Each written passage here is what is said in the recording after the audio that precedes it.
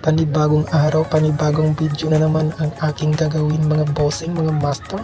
Ngayong araw ay gagawa nga pala ako ng stencils ng aking makina upang ito'y aking iparehistro kasama ng aking bagong gawang bangka. Sa video na ito mga bossing, mga master, ay nais kong ituro o magbigay ng idea kung paano ang pag-i-stencil ng serial number ng makina na isa sa mga kailangan upang marehistro ang iyong bangka.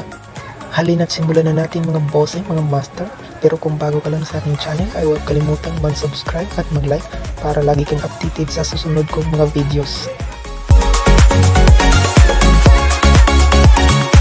Ito nga pala ang mga kailangan natin mga bossing, mga master. Kung wala kang carbon at pwede na rin ang lapis, gunting, isang clear na packaging tip, at huwag kalimutan ang bond paper. Dahil dito natin ididikit mamaya ang ating na-stencil.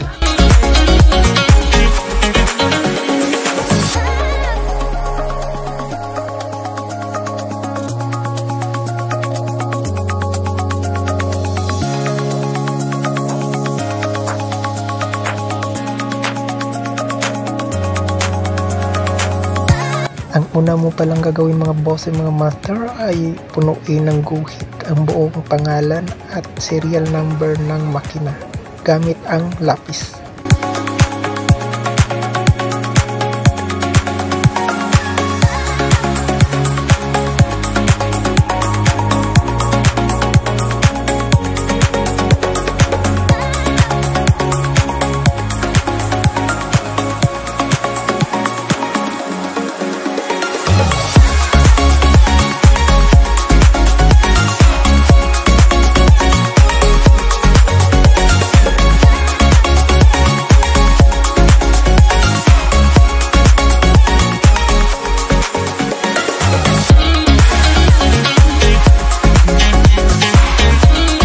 Pagkatapos sulatan ang buong serial number mga bossing, mga master, ay kumuha lamang ng anumang basahan o tissue paper at bagyang punasan lamang ito mga bossing, mga master, nang matanggal ang sobrang pantal na guhit ng lapis nang mas didikit pa mamaya sa ating transparent tape ang bawat letra at numero ng serial number ng makina mga bossing, mga master.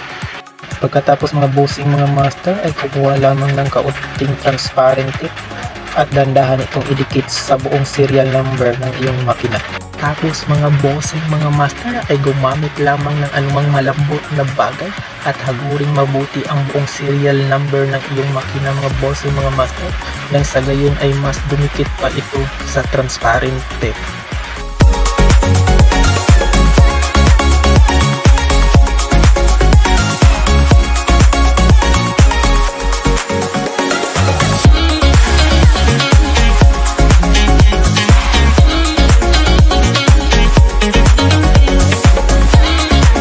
Pagkatapos mga bossing, mga master, ay dahan-dahan lamang itong tuklapin at dahan-dahan din idikit mga bossing, mga master, sa iyong inihandang bond paper.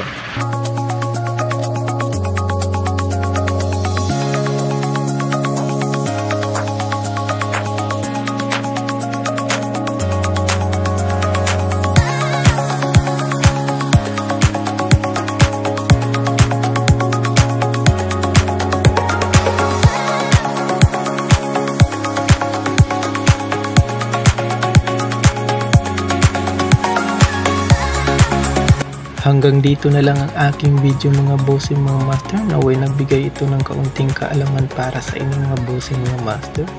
Hanggang sa susunod na video mga bossing, mga master. Maraming salamat sa inyo.